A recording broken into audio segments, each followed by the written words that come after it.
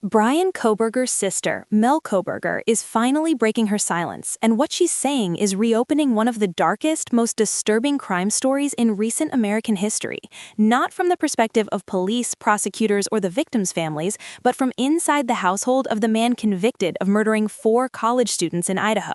This is not a legal defense. This is not an attempt to reframe guilt. This is a story about shock, denial, guilt by association, and the invisible fallout that follows a crime so brutal it permanently fractures every life connected to it.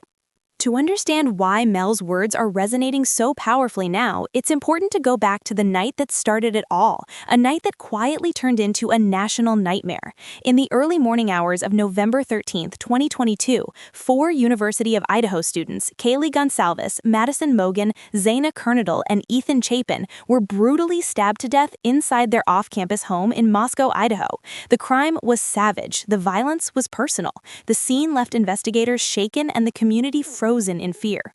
There was no forced entry, no immediate suspect, no clear motive, and as daylight broke, the realization settled in that something unspeakable had happened in a town that rarely made national headlines. Vigils were held, classes were canceled, parents rushed to pull their children out of dorms and rentals, students slept with doors locked, lights on, and phones clutched tightly through the night. For weeks, the case dominated every news cycle. Social media became a breeding ground for speculation. Amateur sleuths analyzed roommates, ex-boyfriends, neighbors, and random strangers. Innocent people were accused, harassed, and publicly scrutinized. Through it all, the killer remained unidentified, a faceless threat lurking in the background. Then, more than a month later, came the arrest that stunned the nation. Bryan Kohberger, a criminology PhD student at Washington State University, just minutes away from the crime scene, was arrested at his parents' home in Pennsylvania. The idea that someone studying criminal behavior could be accused of committing such a crime felt like a chilling twist no one saw coming. For the public, it was horrifying. For the Kohberger family, it was incomprehensible. Mel says the moment she learned of her brother's arrest is something she still struggles to describe. She recalls disbelief so intense it felt unreal, like watching someone else's life fall apart through glass. At first, she didn't connect law enforcement involvement to mass murder. Her mind searched for any explanation that made sense, a misunderstanding, a procedural issue, a mistake that would be resolved quickly. But the days passed, and instead of clarity came confirmation. Court filings, DNA evidence, surveillance footage, phone data, each detail chipped away at the version of reality she had trusted her entire life. The brother she grew up with, the brother she defended during difficult periods, the brother she worried about was now being described as a cold, calculated killer. One memory in particular refuses to leave her. Before Bryan's arrest, while the killer was still unknown, news outlets warned that a violent individual was on the loose in Idaho. Students were advised to take precautions, and Mel, acting out of pure concern, called her brother. She warned him not to jog alone at night. She told him to be careful. She mentioned the psycho killer everyone was afraid of. He thanked her. He said he understood. Only later did the truth land with devastating clarity. She had unknowingly warned a murderer to protect himself. That moment, she says, shattered her sense of reality. It represents the total disconnect between who she believed her brother was and what the world now knows him to be. It's a moment that haunts her not because of guilt, but because of how normal it felt at the time. Mel is unwavering in her insistence that she and her family had no knowledge of what Bryan had done. She firmly rejects the idea, repeated endlessly online, that families always know. She says there were no confessions, no sudden behavioral changes that screamed danger, no obvious warning signs that pointed towards mass murder.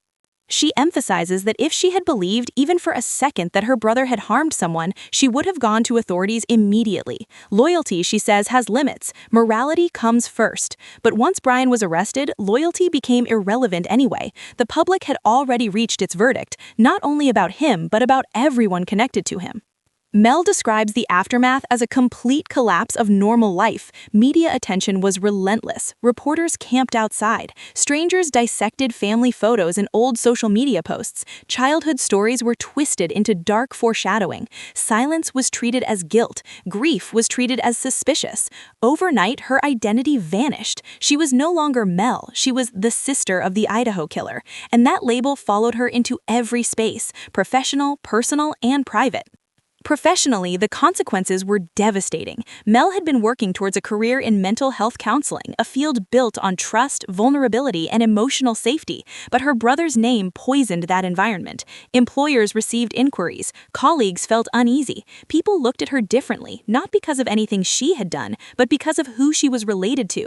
Eventually, she stepped away from that path, not because she stopped caring about helping people, but because the stigma made it impossible to do the work ethically or safely. Then came another blow, discovering that someone had used her identity to publish content about the case without her consent, a book written in her name circulating online. She describes it as deeply violating, her voice stolen, her identity distorted, her story told by someone else without permission.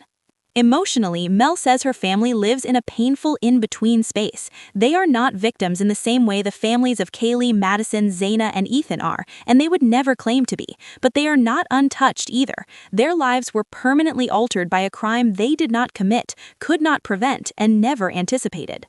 She speaks about grief with no acceptable outlet. There are no sympathy cards, no public support, no permission to mourn openly. Families of perpetrators are expected to disappear, to absorb their pain quietly, and to never ask for understanding. Despite that, Mel says her family never forgets who the true victims are. She says her mother prays daily for the families who lost their children. She says they mark the victims' birthdays not as a performance, not as a gesture for the public, but as a private acknowledgement of lives stolen too soon. Mel is careful to say that nothing she shares is meant to soften the crime or excuse her brother's actions. She acknowledges the horror fully. She acknowledges that nothing can undo what happened inside that house in Idaho. What she wants people to understand is something deeply uncomfortable. Evil does not always look like evil. Monsters do not always announce themselves, and families are often the last to know or never know at all. She says there is a dangerous comfort in believing that criminals are obvious, that warning signs are always clear, because it allows people to believe they are immune, that it could never be their brother, their child, their loved one. This case, she says, proves how false that belief can be. Public reaction to Mel speaking out has been sharply divided. Some express empathy, recognizing that she is serving a life sentence of her own, one defined by stigma, grief, and association. Others believe that any attempt to humanize someone connected to Bryan Kohberger is unacceptable, no matter how indirect that connection may be. Mel accepts that criticism. She says she didn't speak to be liked. She spoke because silence allowed others to define her story, and because she believes acknowledging complexity does not dishonor the victims. It tells the full truth. Years later, the Idaho murders remain a cultural scar. They are still debated, analyzed, and dramatized. Motives are still questioned. Details are still scrutinized. And while Bryan Kohberger will spend the rest of his life behind bars, the consequences of that night continue to ripple outward. For Mel Kohberger, the future remains uncertain. She talks about rebuilding, about finding meaning again, about learning how to exist in a world that will always know her through the lens of her brother's crimes, about carrying a name that will never again be neutral. This is not a story about redemption. It is not a defense. It is not an attempt to rewrite history. It is a story about aftermath, about how one night of violence destroyed multiple families in different ways, and the people left behind to navigate the wreckage long after the headlines fade. And as time moves forward, as new stories replace old ones, Mel's voice lingers as a reminder that tragedy does not end with a conviction. It continues quietly, painfully, inside the people no one thinks to ask about. Make sure to like, subscribe, and stay tuned for more celebrity updates just like this.